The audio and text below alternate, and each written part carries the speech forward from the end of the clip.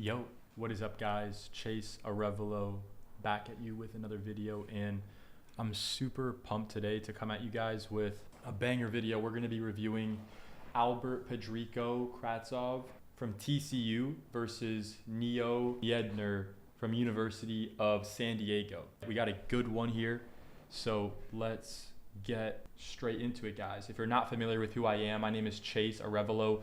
I played D1 tennis at Georgia Southern University. I coached then at IMG Academy, where I was mentored by Nick Bollettieri, among the other coaches there. And after I left there with an amazing letter of recommendation from the coaching staff there, I then moved down to Boca Raton, Florida. And I dropped out of college, moved down to Boca Raton, Florida, and I worked under Rick Macy as a coach there. And then within 6 months, I went from having literally 0 lessons to being fully booked out. And he promoted me to become a director because of that and because of the results that I had for students. So yeah, guys, if you have any questions, drop them in the comments. I'm here to help you guys. So if you're new here, subscribe to the channel and let's get straight into it, guys.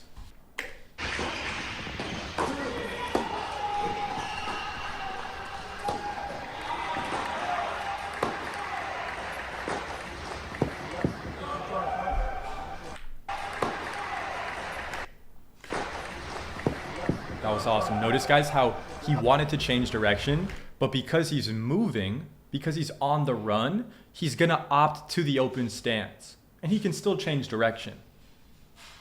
But the open stance is the modern way to play, guys. So take that, apply it for yourself. Even there, notice the ball was shorter. Look, returns deep. The priority is not to place it way to the side. The priority on your returns, guys, especially first serve returns, has to be depth as a priority, number one, before anything else. Then look, shorter ball, he notices, he takes a step forward with the right foot, and it's pointed about 45 degrees forward. That's something that you can copy. If you're going to the open stance and it's a shorter ball, position your foot like this. It will keep you more stable and keep your knee in a better oriented position when it's in line there, a little bit more forward.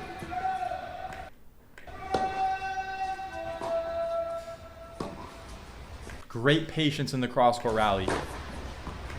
It's a relatively short ball. Change direction. Now he's on the run here. Go cross again. Good ball. So look, he missed that a little bit long. That was a good miss. That was a really good miss. So if you're in the point there and you hit a similar shot, that's as long as you know your intention was correct, right? And you had a good intention with the shot, it's that you missed it. You know, just make that micro adjustment.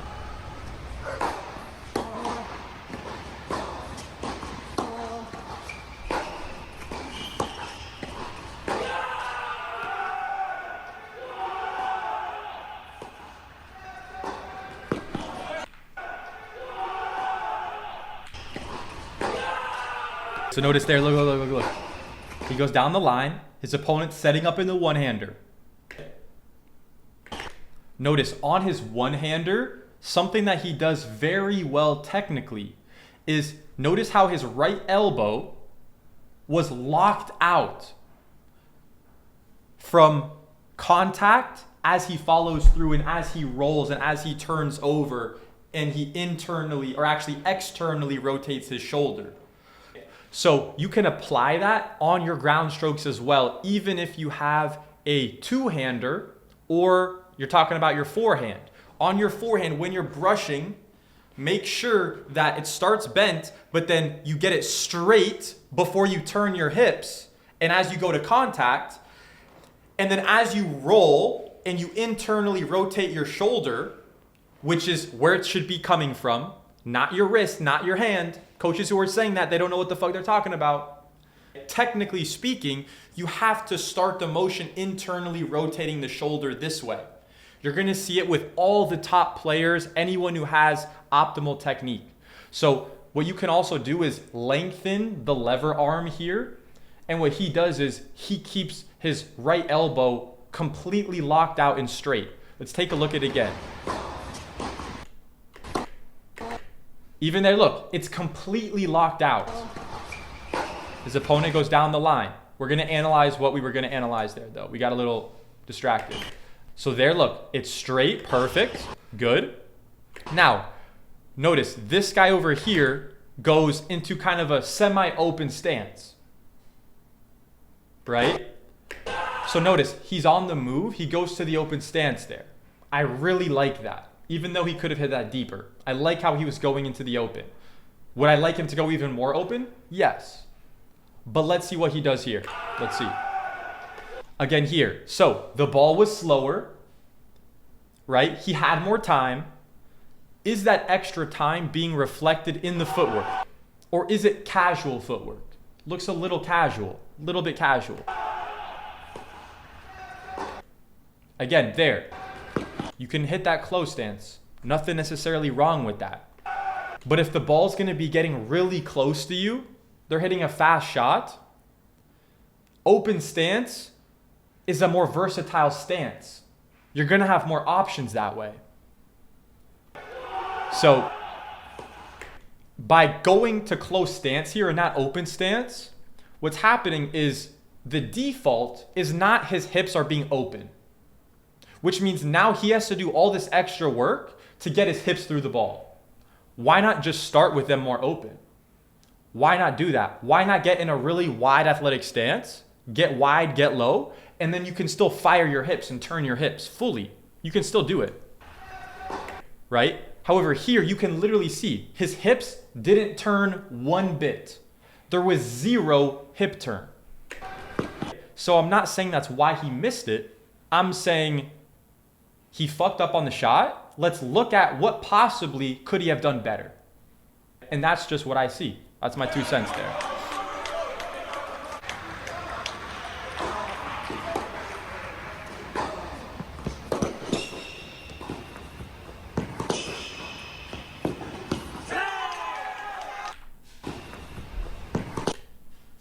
Again, his elbow's locked out. So one tip for all the players around the world who have one-handed backhands, this tip's literally for you guys. If you want to hit your one-handed backhand cleaner, lock out your right elbow completely before you go to hit your one-hander. And then if you want a little bit more pop on the ball, stop the racket at contact when you're driving through it. Try those 2 tips and let me know how it works for your one-hander. And if you have a two-hander, you could even try that out. Try to hit a one-hander and then apply that tip. See if it helped you hit a better one-hander. And let me know.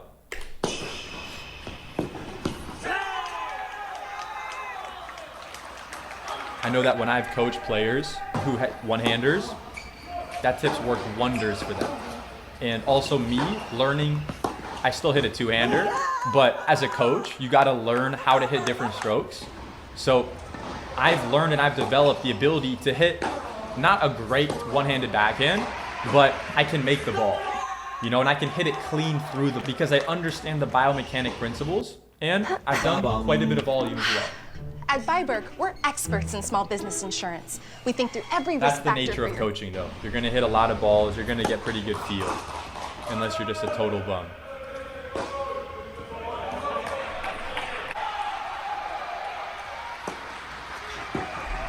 It's a big serve.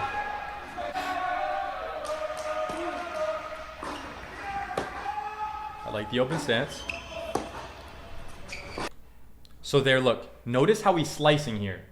There's a reason why he's slicing. He's kind of forced to slice here, right? So where did he lose control? Where did he make a bad decision? Potentially, right? Because look, maybe he wins this point, but he's out of control now. He's having to chip the ball now. So let's go back. Let's see. So, serves body, nothing crazy there. He picks a corner and goes to it. He goes to this corner here, gets it back deep. That's good. Open stance, ball cross court. That's good. He's open stance. He goes down the line and he hits a short ball. So automatically, when you're going down the line, you got to have the standard for yourself. Bro, you got to get the ball past this line here. Unless you're ripping it really big, or you're taking it really early and your opponent's way off the court, your default has to be getting that ball deeper if you want to do damage. Because what we're going to get to is this now, where if you don't, right, and you hit it short like that, you're fucked. You're totally fucked. Because now this guy goes open stance with the one-hander, amazing technique on his backhand, right elbow's locked out. As he externally rotates his shoulder, that's his shoulder, it's not his wrist. Look at his wrist. His wrist isn't moving. His wrist isn't moving. But you guys don't want to hear that. Now, he puts him on the run with the cross-court ball. So if you get that ball shorter and then you go cross-court with that backhand, your goal is, I'm putting this guy on the run, and worst case, I want to get kind of easy ball next. If you can't, hit a winner, etc. Right? So oftentimes you're going to get a ball like this now, right? Where now he's on the run and he's maybe not comfortable hitting his backhand on the run, so he goes to the slice, right? And decent slice. Now let's see how the rally resets. Great patience, gets the ball back deep, very clean. Wow.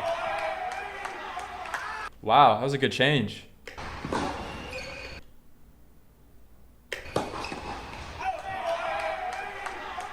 Nothing you can do there, that's just too good.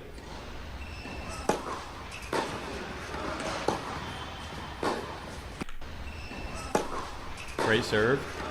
Notice, he's just letting go of the racket with his left hand once the ball bounces.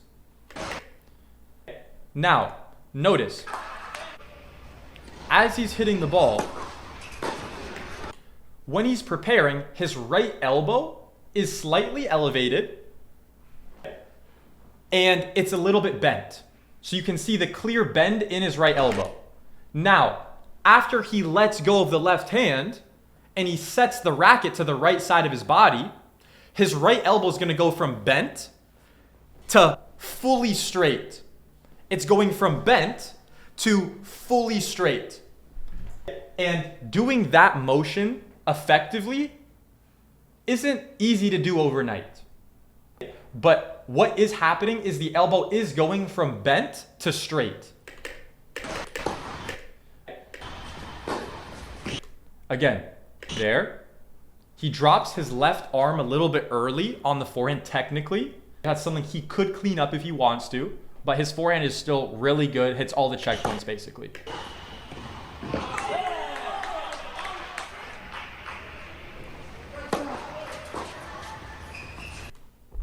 Again, what's a principle that he's doing here again, just like the other guy did? He keeps the left hand on the racket until the ball bounces, bro. The racket stays on the right side of his body.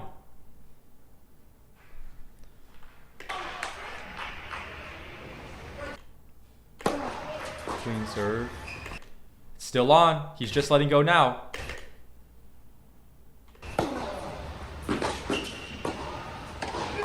Yeah, so technically, he doesn't take it back too far. It's still an ATP stroke.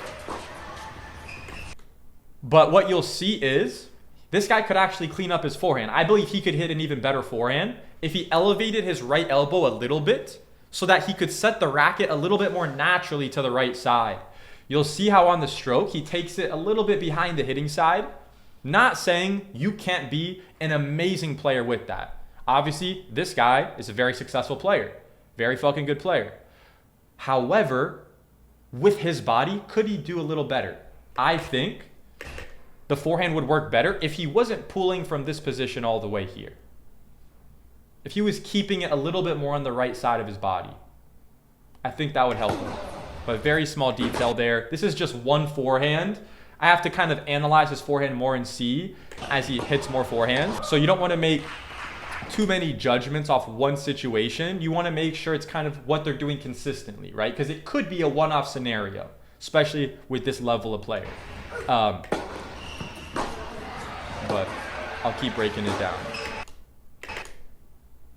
Yeah, so like for here, for example, his hand stays on the right side, right?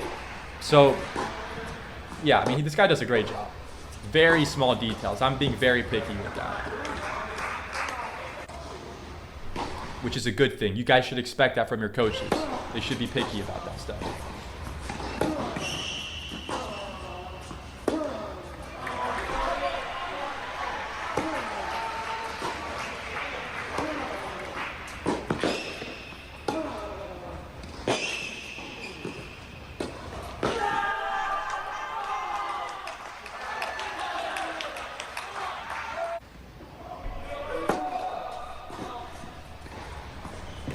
So he sliced that, right? But he actually did amazing footwork on this return here, guys. Really, really high level stuff here. Because what I look at is he got the ball back deep, which is great, which is like you did your job 100% well on that return, right? So look, he splits, he puts his weight on his outside leg, holds it, right? And then times it where he pushes off the left, makes contact, and then the right foot is starting to touch down. So notice that is the timing, technically speaking, right? Let's take a look again. He splits. Great split step. Look at his wide base. This is textbook. If you're somebody back home looking for somebody to copy this guy's stance here. This is textbook. Very good. You're not going to be led astray by copying that. Now, you can see he doesn't have any weight on his right leg. All of it's on his left leg. He's holding the weight there. He's balancing all on his left leg. Now, as he's going through his motion, his weight is still on his left leg. Then he makes contact. The ball already left his strings here. And now his foot hasn't touched the ground yet, but it's about to touch the ground. So that nuance of that timing will help you tremendously on returns. A lot of times with players, very simple thing, it's like a very high leverage activity that they can fix, is do this instead of taking the step first with the right leg, putting it on the ground, transferring your weight fully, and then trying to hit it. What I've seen is more often than not, athletes time it way better doing what I just described there and what this player is just demonstrating here. So let's continue. And like I said, what triggered my brain to look for something like that was the fact that he hit a good shot here, right? When he could have just maybe hit a slice with short, or maybe floating in the middle, but he did a pretty good damaging slice, right? So those are the ones where then look at what the guy did. Look at what the guy did to get that result, right? Because everything in tennis is cause and effect. So I like how he keeps his left arm straight when he lets go of the racket and keeps his shoulder turned pretty well. I love the open stance here. That's awesome. Again, open stance is good there. Good open stance. He could make that, but it's obviously riskier than going back cross.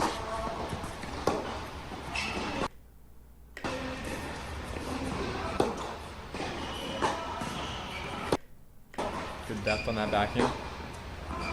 Very good depth.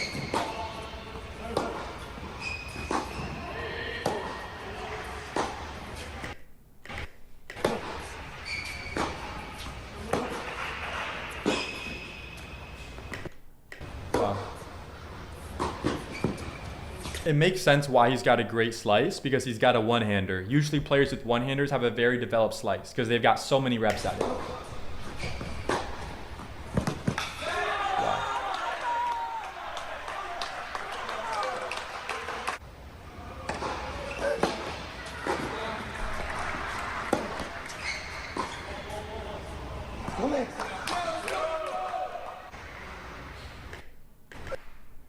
One thing that this guy does really, really well on his serve is he pushes his right foot from this position right here, where it's directly under his body.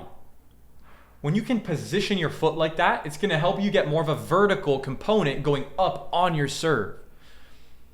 So if you're looking for more jump up, right, and not so much weight transfer like forward, try this stance out, where you're going to be able to get directly more launch going upwards. You see how he's directly going up because his foot is positioned there. Oh, I like that serve. The best part about that was the fact that he made contact a few feet inside the baseline. Really, really high level stuff there. Taking the ball early. That was good. Wow. It's a crazy shot. Down the line on the approach.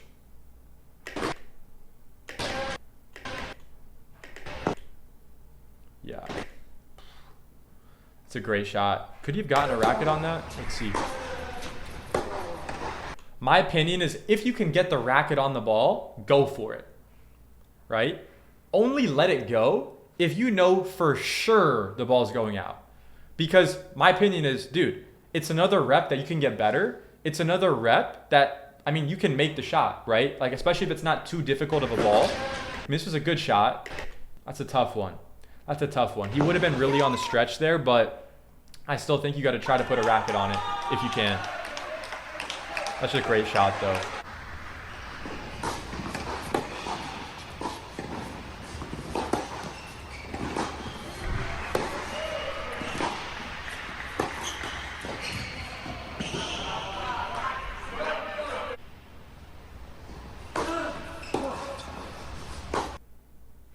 Who's coming in the driveway?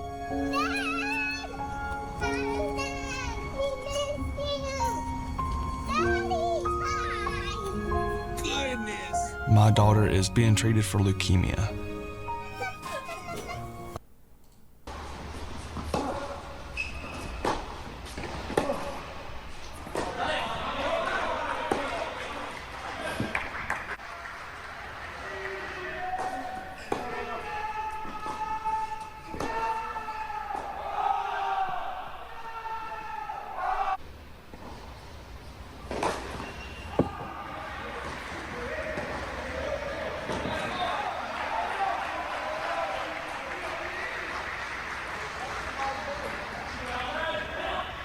Oh, he was in. Wow.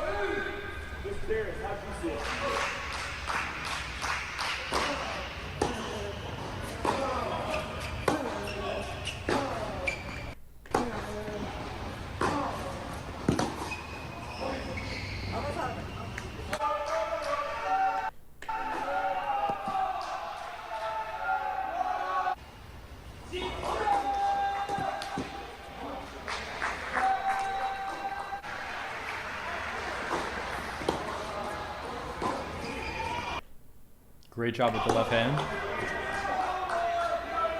Make the forehand, bro.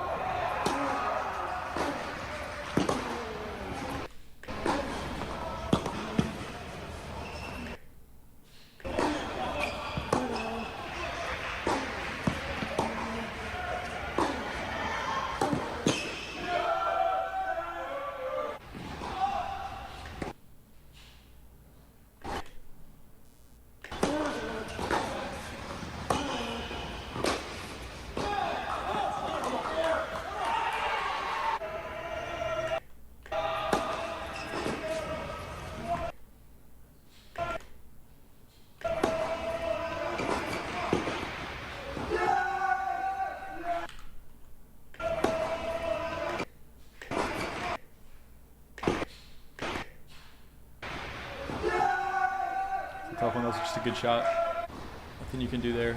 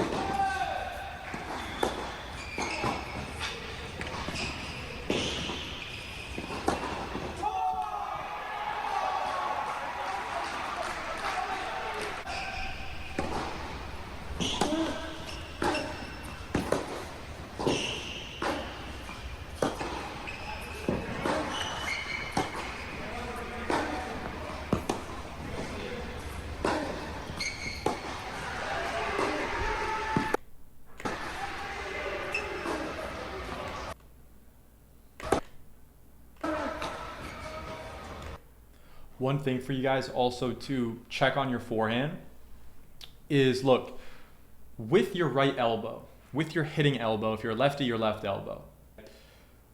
What do I say a lot? I talk about how getting the elbow longer, getting a longer right elbow, it's gonna be a longer lever, which means you're gonna be able to get more power. That's just the physics of it. That's just a physics thing there with any sport. However, what you'll notice is not every player has perfect technique where it's pencil straight. They're like Alcaraz where it's out in front and it's like that, right? So it's like, well, I realized, there was one day where I realized that and I was like, shit, like this is what is happening. And like, I look at Djokovic, like his elbow's not like totally straight. Like Rafa's is, you know, Federer's is, Alcaraz, but like Djokovic doesn't do it, right? This guy doesn't do it. That guy doesn't do it. This girl doesn't do it. This girl doesn't do it, whatever. And that's true. I realized, I was like, this is a fact. I'm like, why don't they all have that? Because look, there is personal preference to it, right? And not everyone, you know, has worked on developing that. However, what you'll see is the timeless principle, time and time again, in general, is let's say they're not totally straight before they're coming forward, right? And let's say there's some bend in it, right? Like they're here, they're going forward, and there's a little bit of bend. What you'll notice is the best players who even have success with that, they keep the angle, whatever length that is, consistent from the start of pulling forward and contact.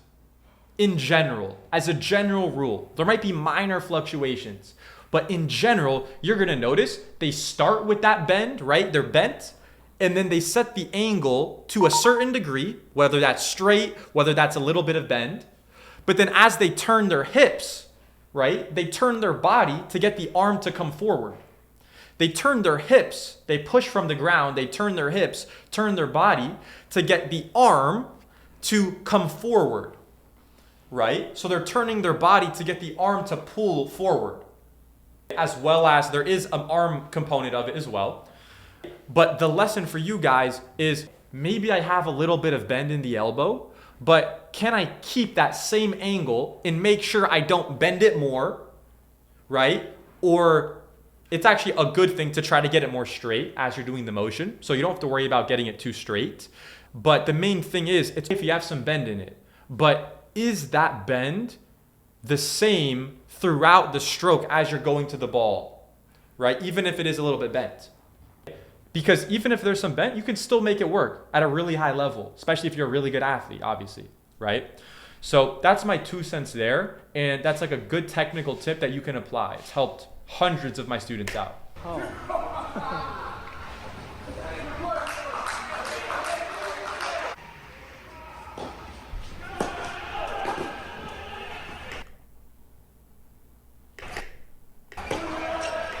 Approach down the line because he wasn't confident he could hit a winner inside out or cross.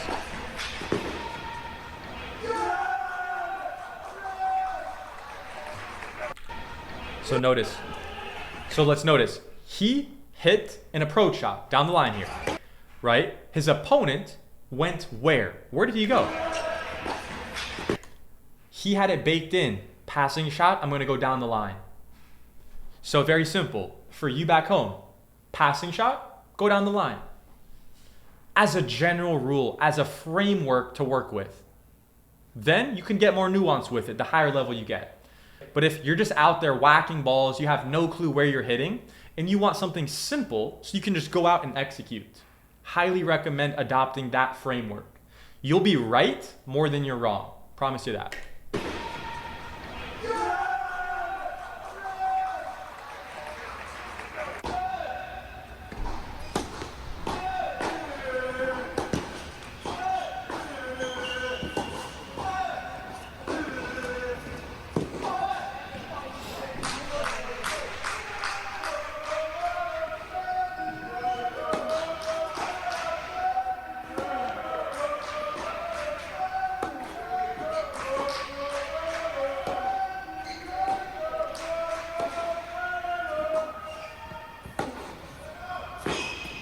So good, Neil. Let's go.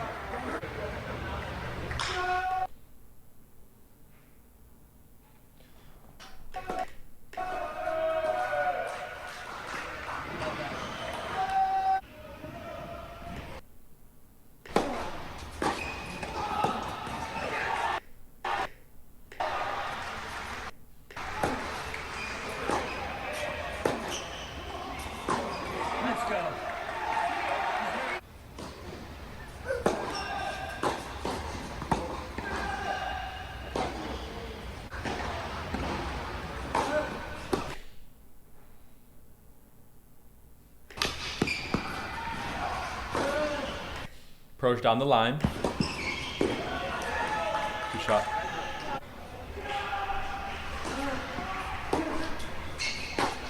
Let's go.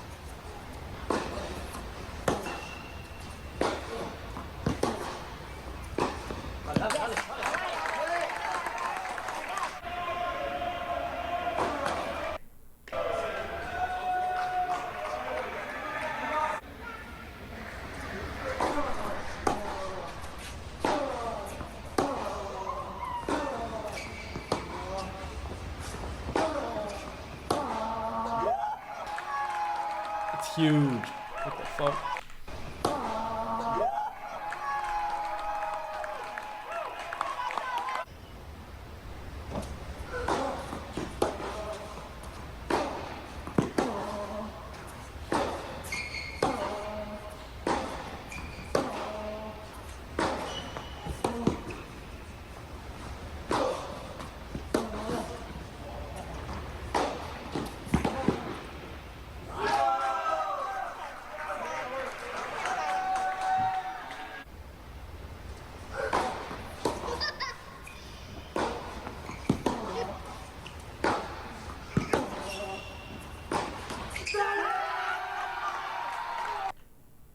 Solid.